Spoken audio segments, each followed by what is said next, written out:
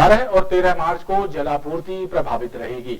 नगर निगम जल विभाग द्वारा ललपुर जल संयंत्र की मेन राइजिंग लाइन को रेत नाके के पास शिफ्ट किया जा रहा है। अधिकारियों का कहना है सुधार कार्य के चलते 16 टंकियों में पानी नहीं भर पाएगा, लिहाजा आधे शहर में जलापूर्ति नहीं होगी। नगर निगम जल विभाग के अधिकारियों ने बताया कि 12 और 13 मार्च को आधे शहर में सुबह और शाम होने वाली जलापूर्ति प्रभावित रहेगी।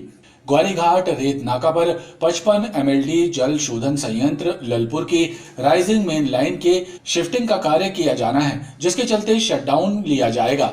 अधिकारियों के मुताबिक सुधार कार्य के चलते जो टंकियां नहीं भरी जाएंगी उनमें ग्वारीघाट, भीमनगर, शारदा नगर, SBI कॉलोनी, चांदमारी तलैया, सिविल लाइन, दंगल मैदान, सिद्ध बाबा, मदार झल्ला, भोला नगर, बेलबाग, करियापाथर, कटंगा, कुली हिल और तिलहरी की टंकी शामिल है। गर्मी के मौसम में खेत की नरवाही जलाने वालों के खिलाफ FIR दर्ज कराई जाएगी। नगर निगम की फायर ब्रिगेड को निर्देश दिए गए हैं कि ग्रामीण क्षेत्र में होने वाले फायर कॉल पर आग तो बुझाएं, लेकिन नरवाही जलाने वालों के खिलाफ रिपोर्ट भी दर्ज कराएं। गर्मी के मौसम में अग्नि दुर्घटनाओं की संख्या आम दिनों की तुलना में बढ़ जाती है, लिहाजा नगर निगम की फायर ब्रिगेड ने उनसे निपटने की तैयारियां प्रारंभ कर दी हैं। खराब वाहनों को दुरुस्त किया जा रहा है। अधिकारियों का कहना है कि ग्रामीण क्षेत्रों में लोग खेतों की नरवाही जलाते हैं, जिसकी वजह से अग्नि दुर्घटनाएं बढ़ जाती हैं। लिहाजा नरवाही जलाने वालों के खिलाफ अब FIR दर्ज की जाएगी। मुख्यतः जो अग्नि दुर्घटना की शिकायतें हमें ग्रीष्मकाल में जो आती हैं, वो ग्रामीण क्षेत्रों से जो नरवाही में जो आग लगाते हैं लोग, वो उस संबंध में आती हैं। तो इस संबंध में फिलहाल शासन भी काफ़ी कड़ाई इस पर कर रहा है कि जो लोग नरवाही की आग लगाते हैं और उनके संबंध में FIR कराने के निर्देश हैं। तो कुछ नियंत्रण उस पर भी आया है और हम ऐसे उम्मीद रखते हैं कि अब आने वाले समय में लोग फसल में नरवाही वाली जो आग रहती है वो नहीं लगाएंगे।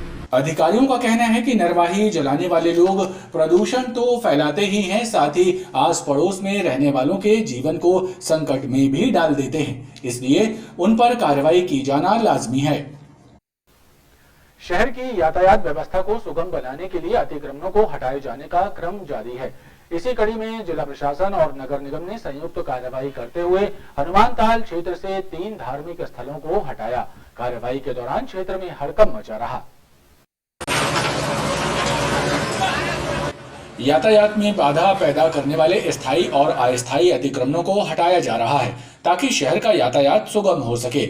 इसी कड़ी में जिला प्रशासन, नगर निगम और पुलिस द्वारा संयुक्त कार्रवाई करते हुए हनुमानताल क्षेत्र से बेजा कब्जे हटाए गए।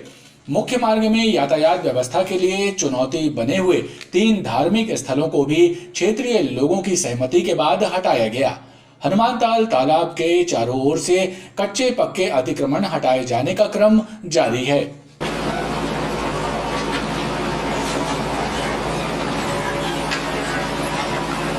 अतिक्रमण विरोधी कार्रवाई के दौरान जिला प्रशासन, नगर निगम और पुलिस विभाग के अधिकारी भी मौके पर उपस्थित रहे। उड़ीसा से गांजा लेकर आए एक लड़के को GRP ने रेलवे स्टेशन से गिरफ्तार किया है। उसके कब्जे से 3 किलोग्राम गांजा जब्त किया गया है।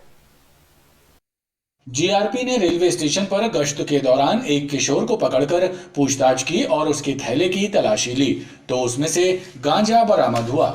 GRP थाना प्रभारी सुनील नेमा ने बताया कि पकड़ा गया किशोर उड़ीसा के टिल्लागढ़ से गांजा लेकर बिलासपुर के रास्ते जबलपुर पहुंचा था। 3 किलो गांजे की कीमत 30,000 रुपए बताई जा रही है।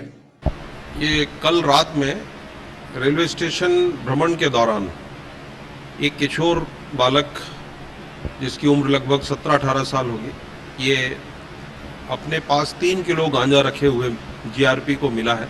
ये बालक रहने वाला गंगा सागर संजीवनी नगर थाना क्षेत्र का है। इसने अपने पास रखे गांजे के बारे में बताया कि ये गांजा वो टिटलागढ़ उड़ीसा से लेकर बिलासपुर के रास्ते आया था और खुद बेचने की गरज से ही अपने पास लेकर जा रहा था। आरोपी को GRP के द्वारा किशोर न्यायालय में पेश किया गया है। सदर निवासी एक युवती के साथ उसके दोस्त ने ही छेड़खानी कर दी और जातिगत रूप से भी अपमानित किया। एम्पायर टॉकीज के पास हुई इस घटना की रिपोर्ट सिविल लाइन थाने में दर्ज हुई है। सदर में रहने वाली एक युवती के साथ उसके दोस्त अंशुल नामदेव ने एम्पायर टॉकीज के पास बीच रास्ते में छेड़खानी कर दी। इस घटना के बाद युवती ने सिविल लाइन थाने में रिपोर्ट दर्ज कराई है। पुलिस के अनुसार पीड़िता और अंशुल दोनों दोस्त थे और कुछ समय से उनकी बातचीत बंद है, लिहाजा अंशुल उसे परेशान कर रहा था। जो लियो कंपाउंड सदर में रहती है, उसके पड़ोस में रहने वाला अंशुल नामदेव, उससे उसकी पहले दोस्ती थी, जो अब वर्तमान में पीड़िता उसके साथ दोस्ती करना नहीं चाहती। वो अपनी कोचिंग के लिए जा रही थी, तो रास्ते में उसे लड़का मिला और उससे बात करने के लिए जबरदस्ती करने लगा और उसका हाथ पकड़ा, तो जिसकी रिपोर्ट प्रार्थिया ने कराई और प्रार्थिया ST/SC की है, तो उसमें प्रकरण कायम कर विवेचना में लिया गया है। पुलिस ने मामला दर्ज कर अंशुल की तलाश शुरू कर दी है। हनुमानताल क्षेत्र के पुत्रीशाला खेरमाई में खौलते पानी में गिरने से झुलसी 2 वर्षीय बच्ची की उपचार के दौरान मौत हो गई। पुलिस ने मर्ग कायम कर कार्रवाई शुरू कर दी है। हनुमानताल क्षेत्र के पुत्रीशाला खेरमाई में रहने वाले दीपक कोरी की 2 साल की मासूम बच्ची खेलते हुए गर्म पानी से भरे गंज में गिर गई। 6 मार्च को हुई इस घटना के बाद उसे तत्काल उपचार के लिए जिला अस्पताल लाया गया, जहां पर इलाज के दौरान गुरुवार को उसकी मौत हो गई। पुलिस ने मर्ग कायम कर कार्रवाई शुरू कर दी है। बच्ची जो कि खेलते खेलते गिर गई थी और छोटे बच्ची थी, वो इतना सर्वाइव नहीं कर पाई, जिसके कारण उसकी मृत्यु हुई है। इसमें हमने मर्ग कायम करके और इसमें जांच चालू कर दी, किस कारण से वो गिरी है। मासूम बच्ची की मौत से कोरी परिवार के घर में मातम पसरा है। शराब पीने के लिए उधार लिए रुपयों के लेन देन को लेकर गोसलपुर के रेत कारोबारी के बेटे की हत्या की गई थी।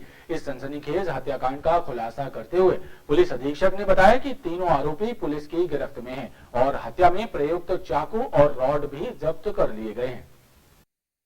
गोसलपुर के रेत कारोबारी मलखान सिंह ठाकुर के बेटे राहुल सिंह का अपहरण कर बेरहमी से हत्या करने की घटना का पुलिस ने खुलासा कर लिया है। पुलिस अधीक्षक सिद्धार्थ बहुगुणा ने बताया कि 2 मार्च को राहुल लापता हुआ था और परिजनों को उसकी फिरौती के लिए फोन आया था और गुमशुदगी के बाद 9 मार्च को राहुल का शव छत विक्षत धर्मपुर भटिया के पास मिला था। पुलिस ने जब इस मामले में क्षेत्र के ही सुनील चौधरी, सुनील तिवारी और विजय रजक से पूछताछ की, तो उन्होंने राहुल की हत्या की वारदात को अंजाम देना स्वीकार कर लिया। उन्होंने बताया कि शराब के पैसों की उधारी को लेकर राहुल की हत्या की थी। घटना के दिन भी तीनों उसे शराब पिलाने के बहाने ले गए और फिर चाकू एवं रॉड से उसकी हत्या कर दी थी।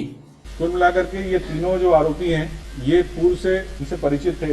इन्होंने शाम को एक जगह बैठ करके, इनमें से एक जो आरोपी सुनील चौधरी हैं, सुनील चौधरी को मृतक से 300 रुपये लेने थे।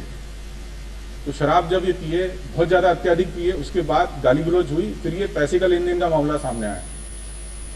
उसको लेकर के फिर इनकी मारपीट हुई। फिर गुस्से में और शराब एवं गांजे के नशे में फिर उन्होंने इन पे प्राणघातक हमला किया तीनों आरोपी। घटना में प्रयुक्त हुए रॉड और चाकू जब्त हो गए और आरोपियों ने भी अपना जो है जुर्म कबूल लिया।